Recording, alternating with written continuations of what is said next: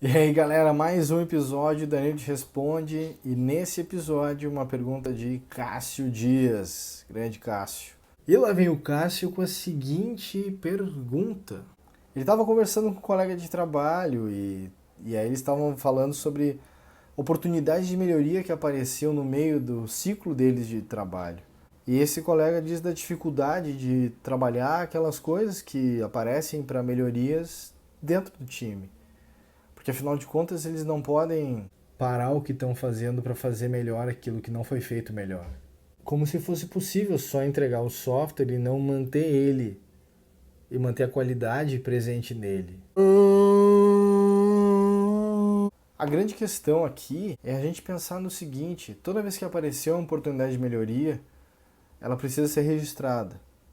E eles falam aqui que ok, ela fica registrada, ela vai para uma lista lá, a gente chama de backlog.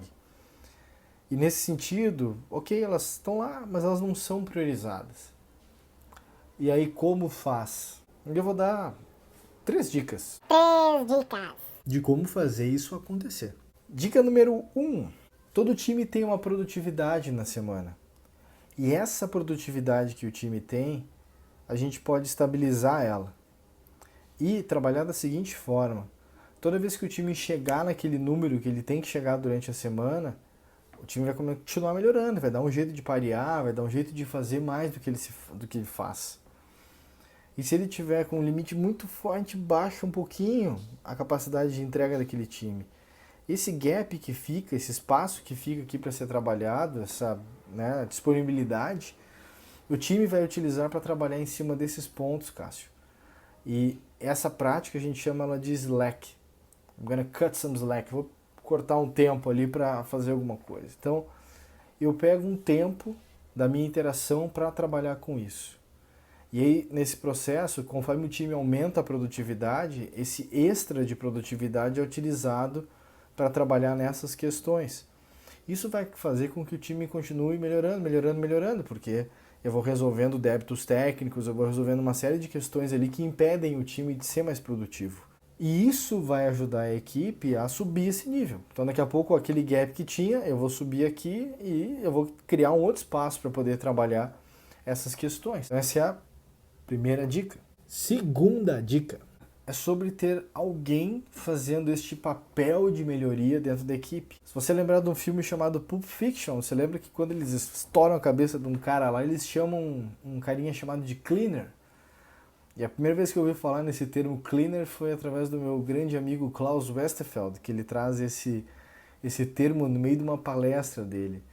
E quando a gente fala desse processo do cleaner, a gente começa a ver o seguinte: esse cara é o cara responsável por trabalhar somente nessas questões de melhoria dentro do ciclo de trabalho.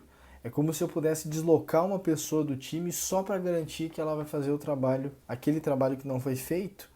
Isso é uma coisa que é positiva, mas ao mesmo tempo é negativa, porque é como se eu estivesse dando oportunidade para as pessoas não fazer o trabalho com qualidade. Afinal de contas, tem um cleaner lá que vai fazer essa limpeza. E não é para se pensar assim. O trabalho tem que ser desenvolvido com qualidade. O trabalho do cleaner é trabalhar em cima de um legado, aquele ponto onde daqui para trás o time não tinha consciência do que estava fazendo. A partir de agora o time tem consciência do que faz e não repete as mesmas falhas. O cleaner vai trabalhar em cima do código legado, vai trabalhar em mudanças de arquitetura, daqui a pouco eu preciso dar uma ajeitada em todo o processo e tal. O cleaner pode trabalhar em cima disso. Então, esse é uma sugestão, enfim, de como trabalhar isso nessa dica número 2. E aí, por fim, a dica número 3. E na dica número 3, a gente falou, vamos de novo. Número 1, trabalha com o conceito de Slack. Criar um tempo onde quem fica disponível lá na interação vai fazer esse trabalho lá acontecer. Dica número 2, a gente trabalhar com esse conceito do cleaner. Tem um cara disponível ali para fazer esse trabalho. A dica número 3 é a gente jogar para dentro das funcionalidades as melhorias. Então vou te dar um exemplo. A gente tem um projeto acontecendo lá na YouMove, por exemplo, onde esse projeto ele exige que a gente faça um desenho do que a gente chama de limites governamentais. Eu preciso estabelecer certas regras que os nossos clientes não podem infringir, vamos chamar assim. Eu tenho que identificar questões de mau uso e eu preciso impedir essas coisas.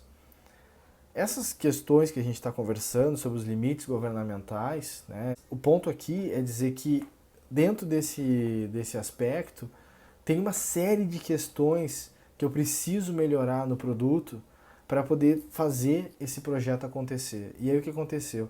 A gente pegou todas essas questões que estão impedindo de eu poder trabalhar nesse projeto e a gente colocou isso como uma espécie de um pré-requisito. Eu preciso passar por esse caminho para chegar lá. E aí o trabalho de convencimento para o time de negócio, ele fica, digamos assim, é natural. Não, nós precisamos fazer isso, passar por esse caminho para chegar naquele objetivo. Por isso que precisamos priorizar estas questões aqui antes. Então, a terceira questão, a terceira dica é, de algum modo, a galera técnica conseguir levar aquelas demandas para dentro das demandas de negócio e isso fazer parte do processo. Quando eu estiver trabalhando o backlog do produto, eu vou colocar aquilo ali como uma demanda que tem que ser feita para poder suportar. E para isso, eu preciso criar mais consciência de tecnologia nas pessoas de negócio que vão estar fazendo a priorização do backlog, para que elas entendam que não fazer aquilo ali, ok, não tem problema nenhum agora, mas no longo prazo, isso pode fazer com que o projeto pare.